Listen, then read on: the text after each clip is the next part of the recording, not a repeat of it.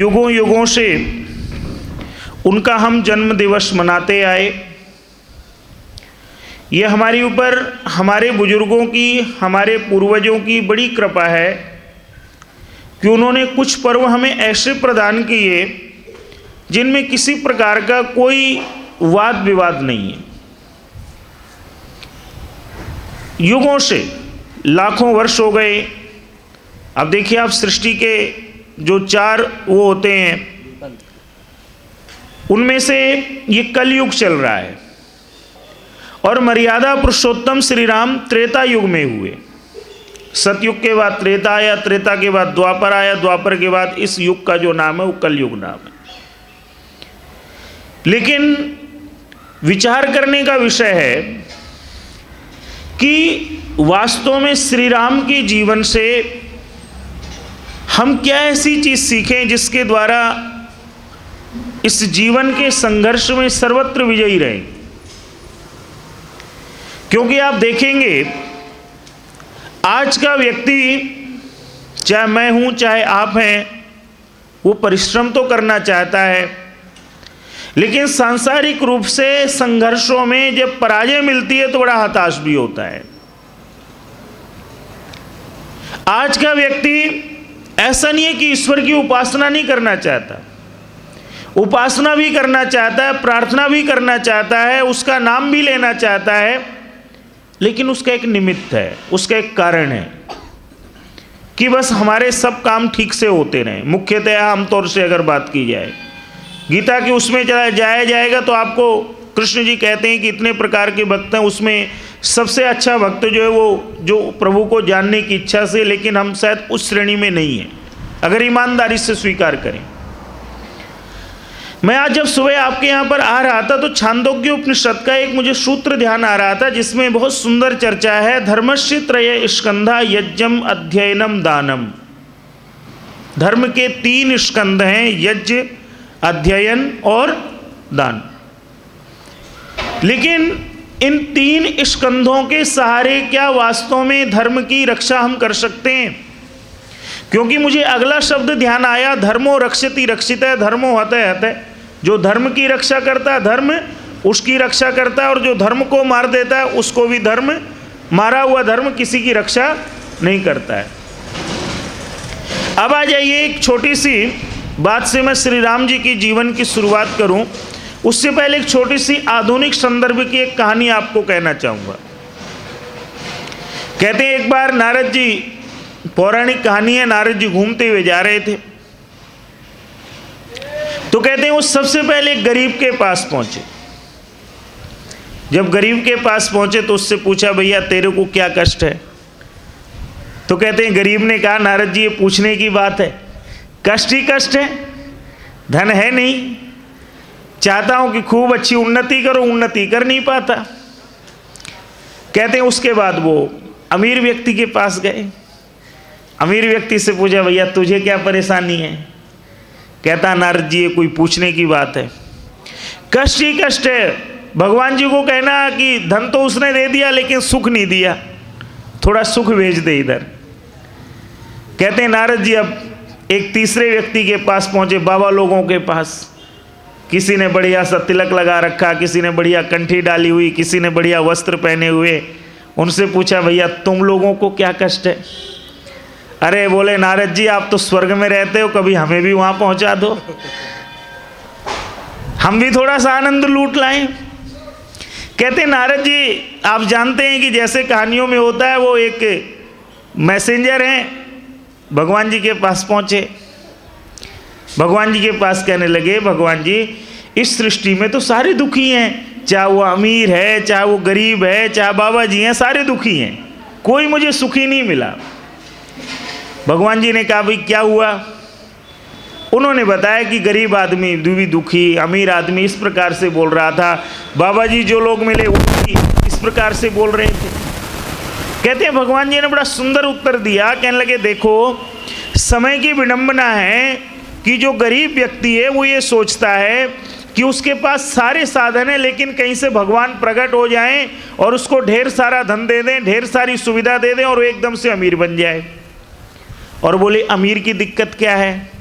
बोले मैंने उसको धन दिया, अपनी कृपा इसलिए दी ताकि वो औरों के कष्ट दूर करे, लेकिन उसने क्या किया, उसने ये किया वो अपने में ही मस्त है। तो कहते हैं कि जो चीज़ कभी बढ़ती नहीं है, एक जगह रहती है, वो कभी सुख नहीं देती है।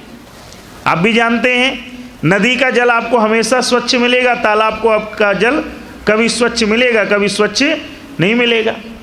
और कहते हैं ये जो बाबा जी जो लोग हैं, कहते हैं इनको करना चाहिए था मेरा भजन, लेकिन ये लोगों को लूटने के लिए अलग अलग वेश धारण करके अपना दिखावा करते हैं, तो बोले इनको कहाँ से सुख मिलेगा। तात्पर्य क्या निकला, वास्तविकता यही है, आज भी जो प्रभु श्री राम की भक्ति करते हैं वो बस यही सोचते हैं कि हम बड़ी जल्दी अमीर बन जाएं, बड़ी जल्दी धनवान बन जाएं, बड़ी जल्दी सारे काम हो जाएं, बड़ी जल्दी से जीवन के सारे लक्ष्य पूर्ण हो जाएं।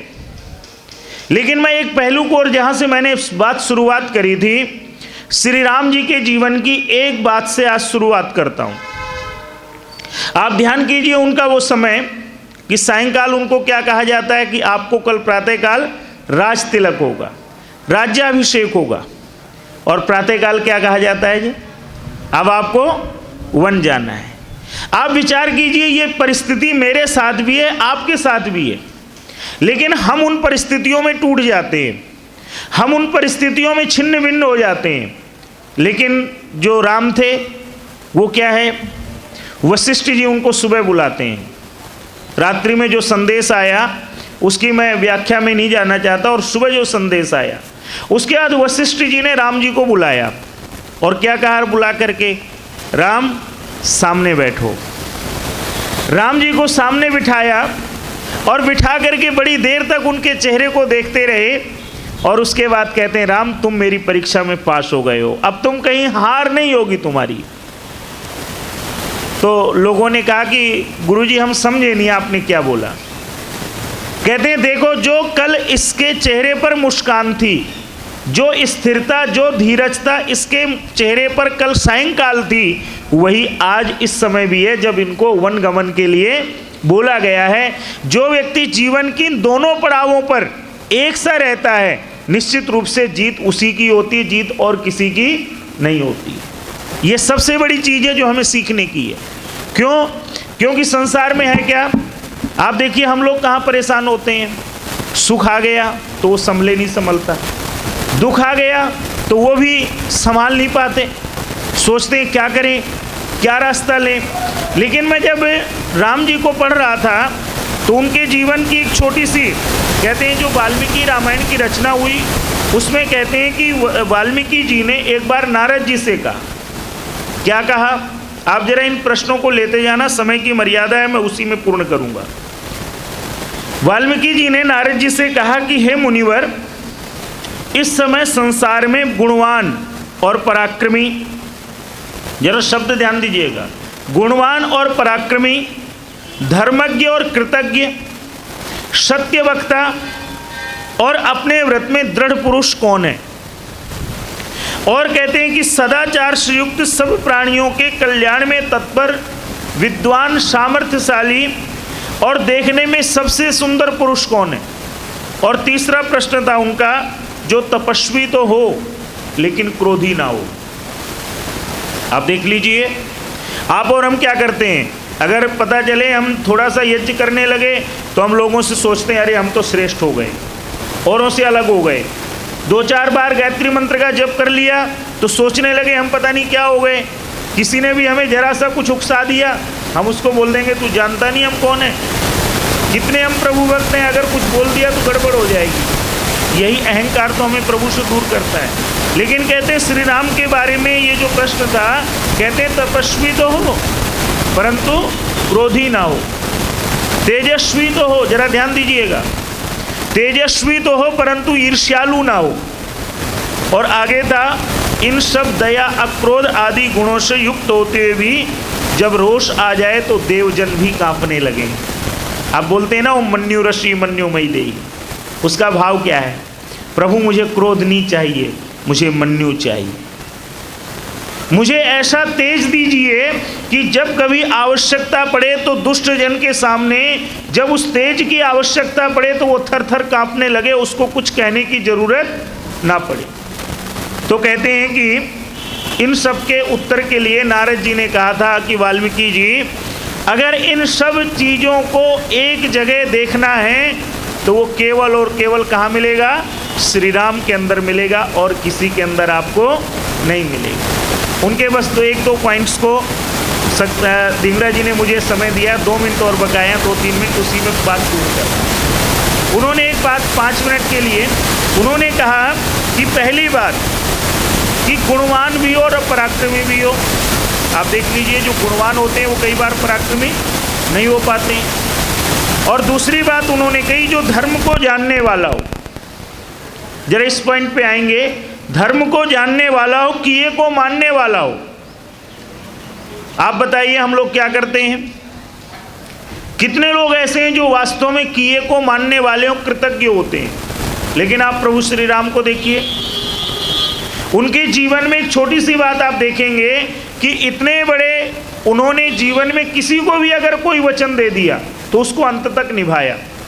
अगर देखना है तो सुग्रीव को देख लीजिए, विभीषण को देख लीजिए, नहीं तो आप जानते हैं वो प्रकरण रामायण का आप सबके ध्यान में होगा जहाँ पर लक्ष्मण कहते हैं भैया ये तो लंका जो है ये सोने की नगरी है, इस पर अपना शासन क्यों नहीं? और जहाँ पर वो उत्तर देते हैं कि जननी जन्मभूमिश्च स्वर्गादपि गरीयसी, हे लक्ष्मण, जो जननी और जन्मभूमि होती है वो स्वर्ग से भी श्रेष्ठ होती है। इसका भाव ये तो था, लेकिन इसके बाद आप देखिए उन्होंने हर मर्यादा का पालन किया। युद्ध भी हुआ, अंत में रावण के शव को जब मांगने की बारी आई, वो प्रकरण भी आपको ध्यान होगा, उन्होंने उसको भी सौंपा, लेकिन अपना शासन नहीं रखा। आज तो क्या है, आप देखिए, हमने छोटी सी भी कोई कंपनी बना ली तो हम क्या करते हैं कि अगर हमारे उस कंपनी का कारोबार दिल्ली में चल गया तो आसपास के शहर में क्या करेंगे, नाम कंपनी का रखेंगे, फ्रेंचाइजी दे देंगे कि भैया काम मेरा रहेगा, नाम मेरा रहेगा, इसमें से मुझे इतना हिस्सा चाहिए। लेकिन आप राम जी को देखिए, उन्होंने क्या विभीषण से हिस्सा मांगा? उन्होंने कुछ कहा? उन्होंने उस देश के लोगों की भावना को समझते हुए विभीषण का ही राज तिलक किया।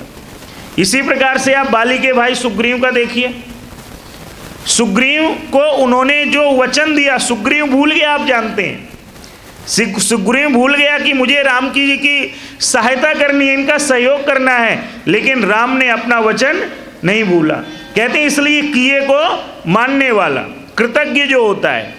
अगर आप देखेंगे इतिहास के अंदर तो आपको प्रभु श्री राम इतने ज़्यादा बलशाली, इतने ज़्यादा गौरवशाली, इतने ज़्यादा गुणवान पराक्रमी होते हुए भी वो छोटी सी छोटी बात का एहसान याद रखते हैं और जब अवसर मिलता है तो उसको चुकाने का प्रयास करते हैं। ये व्यक्ति को जीवन में आगे बढ़ाने का सबसे बड़ा मार्ग है। अगर हमारे ऊपर किसी व्यक्ति ने छोटा सा भी उपकार किया, और मैं समझता हूँ कि आज आर्य समाज की इस वेदी पर बैठ करके अगर मुझे याद आता है ये उपकार तो स्वामी दयानंद जी का आता है। स्वामी दयानंद जी आप पुनः प्रवचन में देखिएगा, अगर वो प्रकरण मैं यहाँ आपको थोड़ा सा उद्धृत कर दूँ कि जब वो गुरु बिरजानंद जी के पास पढ़ने जाते हैं, उनके भोजन की, रहने की व्यवस्था की जिम्मेदारी कोई उठाने को तैयार नहीं है, लेकिन एक पंडित अमरलाल जोशी जी ने उनके पूरे भोजन की, रहने की सारी व्यवस्था उठाई। स्वामी दयानंद जी पूर्ण जीवन उनको याद करते हैं कि अगर अमरलाल जोशी जी नहीं होते तो मेरी ये पढ़ाई और मेरा ये विद्वता गुरु जी के पास नहीं हो पाता। कहते हैं इसलिए आगे क्या कहते हैं, धर्म को जानने वाला। राम जी के बारे में दूसरा प्रश्न था, धर्म को जानने वाला, प्रत्येक संकट के समय धर्म व कर्तव्य पर विचार करने वाला।